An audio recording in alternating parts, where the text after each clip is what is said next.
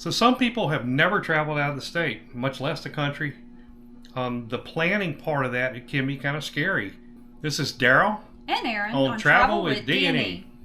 Let us show you some tips that we personally use when we plan our trips. We plan several vacations and trips a year, along with a number of cruises. So let us go ahead and cover those tips and help you out on your planning to make sure you plan a great trip. All right, so first off, do you already know where you want to go? I mean, that's the first good question. It may be somebody's graduating from college. It may be someplace you want to go, Texas Hill Country or somewhere in Florida. So if you got that figured out, you're a step ahead. Absolutely. But if not, there is social media out there that will help you out. Anything from Facebook, YouTube, Pinterest. It was a nice surprise for me. I wasn't really in the... I was in the Pinterest for the arts and crafts and cooking, but didn't realize what a great source of travel it is. Right. So just Instagram. So just pick out one of those or all of them and start researching what you might like to do. Yeah, and there's a bunch of like travel guides that come up anytime you go and search on social media. They may say, here's the best trails in this state, here's the best caves in this state, whatever it may be. And find something that kind of piques your interest and take advantage of that and plan a trip. Absolutely. And you, of course, talk to family and friends. There's several travel books out there that are on Amazon or in the store. So there's lots of sources for you to go through and pick out where you might want to go. Yeah, I mean, there's things around bucket lists as well. So just do some searching and find out something that looks pretty cool. Right. And then, of course, how many days you got? What's the duration of your vacation? How long do you have to take off? Do you have vacation from your job, sick time, that kind of thing? Or how many days does your budget allow you? And, of course, if you're retired, your vacation time, you have plenty of that. And in some respects, though, the longer the vacation, generally is going to be a higher cost just because more nights, whether you're staying in some particular lodging or not. There are some ways to get some, from a longer standpoint, longer duration, you may be able to get some discounts, that kind of thing too. Just something you got to check into. But yeah, it's about how much time do you have to go on your vacation or trip. Then, of course, you got budget. The old almighty dollar. What do you have in your wallet or in your bank account? Because you got to pay for the vacation or pay for that trip. Right.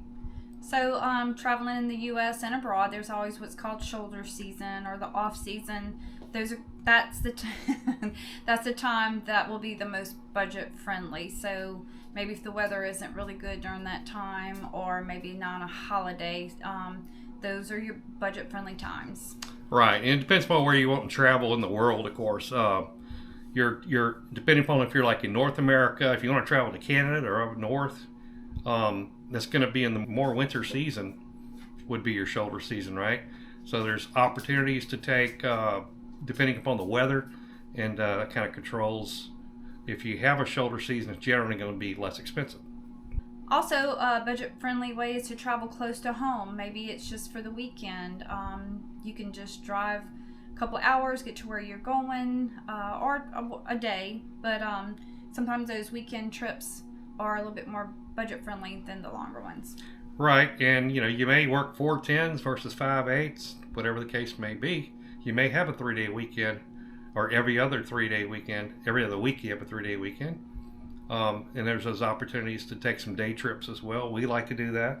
Mm-hmm. We live in our area, and I'm sure you do too, that within an hour or two, there's some attractions, some nice places to go and visit. Absolutely. That ain't going to cost you an arm and a leg. Yeah, and of course, another tip is to think about how you're going to get there. So if you choose a location that you can do a day trip, great, you can drive. But you may end up having to fly, have to get an airline ticket, and that can give you some cost. Right. So not only do you have to fly somewhere, but when you get there, maybe rent a car, then find a hotel, Airbnb, or somewhere to stay. So you'll have to budget in those along with the trip. Yeah, and we like bed and breakfast when we can. Those are always fun. Mm-hmm. Then you also, the other thing on renting a car, some of the road trips we like to do, we'll fly into one particular city and actually rent a car there, and then drive across the state and hit all kind of attractions over a time frame there, a week or so, and then drop the car at another destination. There's a little bit of extra cost there, typically, so just something to think about. But it gives you some opportunity to see a whole state maybe, versus staying in one particular area, one city, or in that region. So it's a good opportunity to see the sights. And I'm glad you brought that up, because also where you want to stay, if you want to, most of your points of interest are in a big hub of a city. Sometimes if you stay outside of the city, couple miles out, you do save money on that. Of course, stay at the hotels where maybe you have some frequent points. That IHG, like a Holiday Inn kind of thing, or Marriott, Hilton, Honors, those kind of things. Yeah. And then if you stay at a Airbnb or vacation rental by owner, if you find a particular spot to stay longer, you can save money that way, then just hit, maybe central to all your points of interest that you want to hit, but just stay in one location and drive to the other. So that can save you. The longer stay at one place, a lot of times will save you money.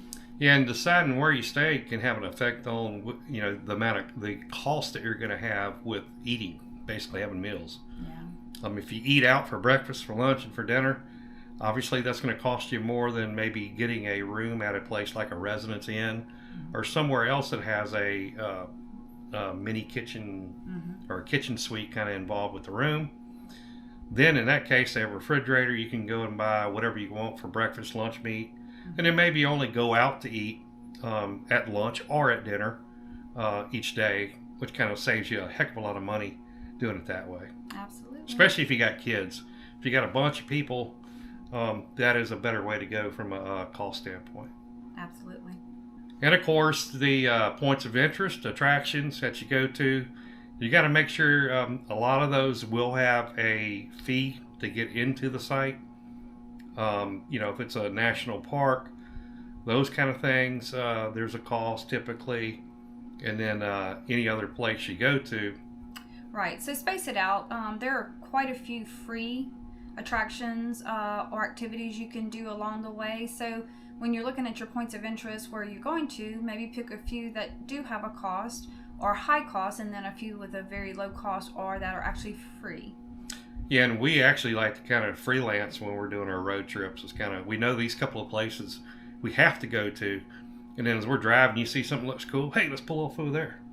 That's always kind of fun to make that road trip enjoyable. Yep. All right, so another great idea for to help with your budget is sign up for some kind of travel card that has perks, whether it's your hotel stays or flight.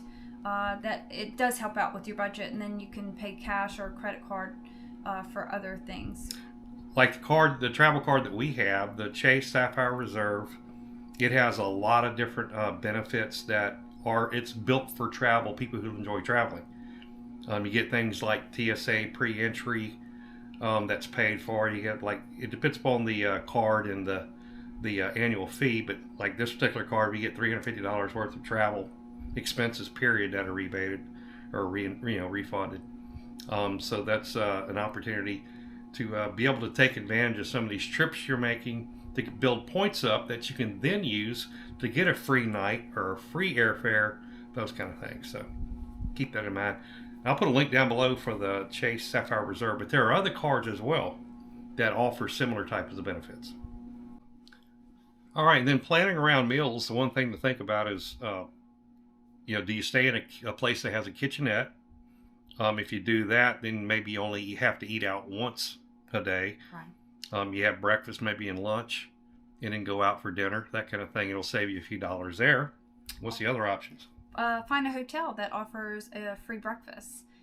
Maybe eat a little bit later breakfast, and that way it's like more of a brunch. You're getting your breakfast and lunch all at once, and then you only eat out for dinner. So. And that's actually what we kind of do. We're on a lot of our trips. We eat a good breakfast, and it may be free if you're staying at IHG or whatever the hotel may be. You eat a good breakfast, and then you don't have to eat again until dinner. Yeah. And you may have a snack in between or something, but that's another way to plan to save a little bit of money on your trip. Yep, and like we said earlier, someplace with a kitchenette, so that would be like a vacation rental, Airbnb, or even a Residence Inn or somebody like that. Yeah. And those places, like a Residence Inn, you typically get, it depends how long you stay, you can get a discounted rate if you're ready to stay there for some extended time period. So, and like we started the video off, not everybody has had an opportunity to really plan an extended trip out of the state, out of the country, whatever the case may be. We plan several trips a year, including cruise trips as well. And we just want to throw some tips together to kind of help you out when you plan your next trip and go out and make memories with family and friends. Yep, you can actually do it on a budget. We'd love to hear if you have any other suggestions and share it with our Travel with D&E community. And that way more people maybe can get out and spend time with their family and friends. Yeah, and like I said, we love travel to see cultures, destinations, history, and just people. It's fun to go out and see other things you don't know anything about. And that's a great experience from our standpoint. And highly recommended that you do the same. And so thanks for watching. Hopefully the tips can help you out. And as always, we will see you in the next video.